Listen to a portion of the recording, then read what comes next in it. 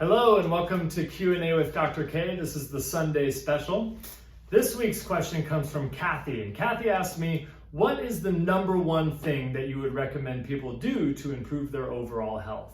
And so rather than pick the number one thing, I decided to build on this stress diagram that I went over last week and to pick the one or two things, either positively people should be doing more of for their health, or negatively that we should start to limit for our health, and to go at it from that aspect. So if you haven't filled this out for your own health or for your own life, I would recommend pausing the video and drawing out this diagram and filling out the number one or the top one or two physical, chemical, and emotional stresses that you are doing well and engaging in that is bringing you more towards health and bringing your body and your life ease. And then the one, two, or three things that you are doing or not doing that is pulling you further away from health or bringing more dis-ease into your life. And so once you fill that out, then you can go through, press start on this video, and then it'll be interesting to see how much of this overlaps, because these are just the top things that I see all the time, at least right now, that I think a lot of you could benefit from. So to dive right in, I would recommend people do more physical stress of walking. Walking is so tremendous for your body and for your overall health. It's one of the more overlooked exercises. It's not all you need to do as far as exercise is concerned, but it's a big chunk of it. And a lot of people aren't walking. I would recommend walking a lot. That's 30 minutes, 60 minutes, 2 hours, 3 hours a day. It's low impact. It's not going to have a lot of harm on your joints. A lot of people can do this, and I would recommend doing more of it. Tall and long, meaning stand tall, breathe deep, and long strides, heel to toe, really outstretching and getting and covering a lot of distance with each stride. And then this might be new for you, but walking alone, right? I think it's really interesting, and I enjoy this quite a bit, but it's almost a form of meditation, right? You'll start to become more aware of your breath, but then also it'll stir up a lot of thoughts, and you'll become rather creative on your walks. People like Steve Jobs, he would often have walking meetings rather than sitting in a stuffy meeting room. He would get out and encourage people to walk while they discussed, and what would happen was that it would breed more creativity. So you can be really creative on your walks. So I would recommend doing more walking. Walk a lot, stand tall, long strides, heel to toe, and consider giving it a try alone, and I think you might get a lot of benefit from it. A physical stress that I think is pulling people away from health is sitting, right? You may have heard sitting is the new smoking. That's because it's very sedentary, it's not very active, it doesn't stress your heart or your lungs or your body in a very good manner. In fact, it's rather disengaging, right? When you sit, your hip flexors become shortened, your glute muscles and your posterior chain, that is the muscles that run all the way up and along the backside of your body, become completely disengaged. So I would recommend two things. Number one is limiting sitting as much as you can. If you have to sit, set a timer for 20 or 30 minutes to get up, and get some walking in, right? To break up those bouts of sitting. But also if you're having maybe chronic low back pain or chronic knee pain, or if you just want to maintain your health in a way, sit on the floor. If you're at home watching TV at the end of the day, don't sit on the couch or in a recliner. Try sitting on the floor. And what you'll find is that it's less comfortable, so you'll be forced to get up every 20 or 30 minutes, but also it's more engaging. You'll have to switch positions. You have to prop yourself up. Your hip muscles, your core muscles, your back muscles will be more engaged. And I've seen it over and over again have a dramatic and quick impact on especially chronic low back pain, knee pain, hip pain people. It can have a huge impact. Just limit the sitting, become more engaged. That's physical stress that is beneficial and stress that can be negative. Chemical stress that I think is very beneficial that we're not talking enough about is breathing. You know, it's so fundamental that it often, again, just like walking, gets overlooked. But a lot of people would say, what's the number one thing? And they would say, drink more water, right? Or get out into the sun. And both of those are beneficial for you. But I would venture to say that for everybody watching this video right now, you couldn't even go without breathing for the rest of the video, right? But you could go without water or sunlight and be just fine. Breathing is so fundamental, it's so powerful, it's a vital nutrient that we need. And I would recommend breathing through your nose because it filters the air with your nose hairs and it also warms the air, right? Especially if it's cold outside, but it's gonna warm the air to be less of a shock to your system. Breathe through your belly, breathe deep, get the diaphragm moving. That's gonna cause a lot more of a deep breath. It's going to be more relaxing to you, but it's also going to be more dynamic, and you're actually going to develop less adhesions within your gut, and your organs are going to work better. It's a whole systemic effect. Breathe through your belly, breathe deep, and then also breathe slowly, especially during the exhale. The lungs are elastic, so they want to just close right back up and push all the air out. If you actively slow down that process, there's a lot of evidence to support that it's going to shift you away from your stressed out fight or flight response, and neurologically it's going to shift you more towards your resting and your digesting and your parasympathetic response, which is where the good healing occurs. So slowly breathe in deep, and try to do it through your nose. And I think many people watching, take 1 or 2 or 3 times throughout the day, set a timer for a minute or 2, and just do some deep breathing, and I think you'll become a lot more healthy, and you'll notice a great benefit. A chemical stress that I think we need to start limiting, get ready for it, mask wearing. Now, this isn't a diatribe on the effectiveness of masks, although if you are curious about the effectiveness of masks, I would look into things like particle sizes of bacteria, which are rather large, and viruses, which are infinitesimally small. Viruses are submicroscopic, you can't even see them with a light microscope, whereas bacteria are rather large and they can live outside the body, they don't need a host. And 3 things that I want to touch on, and this is for your own health, right? This whole stress diagram is a personal experience that I want you to fill out and I want you to consider. So when we're talking about your health, I decided to break up the mask wearing as a negative side, as the physical, chemical, and emotional stress that it can negatively create toward your health, and quickly cover them. Physically, consider that when you breathe out, it's actually an exhaust system. Your body, as a self-regulating and self-healing organism, has an exhaust, just like your car has an exhaust pipe, where it expels out waste products and it expels out substances that it does not want inside of it to keep it healthy.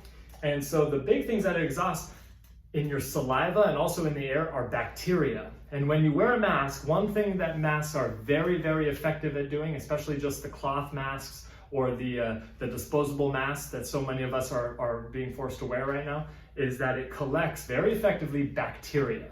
And not just the bacteria that you're breathing out, but the bacteria that you're touching on your hands when you're fidgeting with your mask, or for those of you that reuse your mask, and you put it into your pocket, or maybe you set it on the table or on top of your car when you're fidgeting with your car keys. All of that bacteria is collecting on your mask, and then you're putting it right onto your airway and right onto your face. And you're actually getting a lot of that coming back in, and it becomes, and I say this rather tongue-in-cheek, but maybe not so, it becomes like a face diaper. A face diaper full of bacteria that is now all around your mouth, and you're touching it throughout the day. And for those of you that are moms out there watching this, I know for a fact that you change your baby's diapers more often than you're changing your mask. So when you are forced to wear a mask, number 1, limit the use of it as much as you can for your own health, but be sure to change it out, wash it, do whatever you got to do to not just completely recycle and reuse all of the bacteria that are collecting onto it. The chemical stress that it creates is a backwash of carbon dioxide, right? When you breathe in air, O2 comes in, your body processes the air, and then the waste product is carbon dioxide. Carbon dioxide, if it builds up in the body, is very toxic, and your body gets rid of it very efficiently, unless you're wearing a mask. Now, those of you that remember the good old-fashioned solution to hyperventilating when you kind of have a panic attack is to breathe in and out of a paper bag, and you're breathing and recycling your own air. Well, that's returning a lot of your carbon dioxide so that you can balance out the pH of your blood, and it solves hyperventilating. But what you don't want to create is a situation where you're hypoventilating, where you're breathing too little. And carbon dioxide backwash can be a huge issue. Maybe not for the 15 minutes that you wear it or for the 20 minutes while you're in the grocery store, but I'm thinking about the teachers or the lecturers or the grocery store clerks that are wearing these masks for 3, 4, 6, 8 hours a day at a time. That's having a huge effect on your body's pH balance, and it's having a huge effect on your body's overall ability to breathe oxygen, which is obviously very important. And an emotional aspect of it, I don't hear it talked about a lot, but I do hear it talked about now, thankfully, is the connection aspect of it.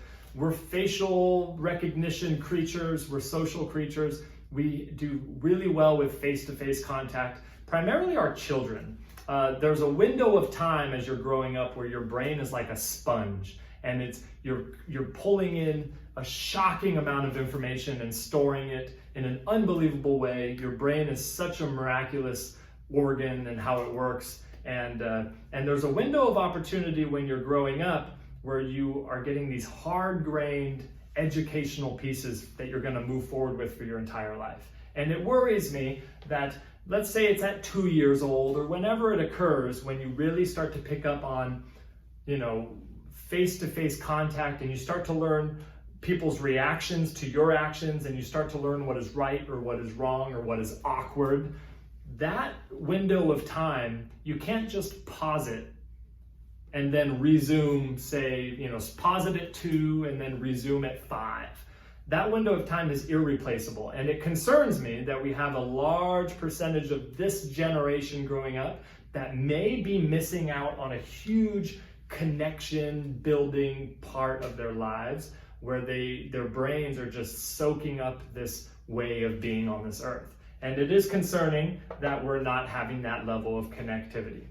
And so those of you that feel triggered or angered that I'm bringing up that masks may be a negative component of your health, number one, that's okay, right? I want you to be concerned about your health. I want you to care about these things. But number two, you have to stay logical and you have to stay reasonable. If it is so shocking that I would bring up the fact that covering your mouth for hours and hours and hours is gonna be harmful to your health, that shouldn't be news, right? That shouldn't be shock value, right?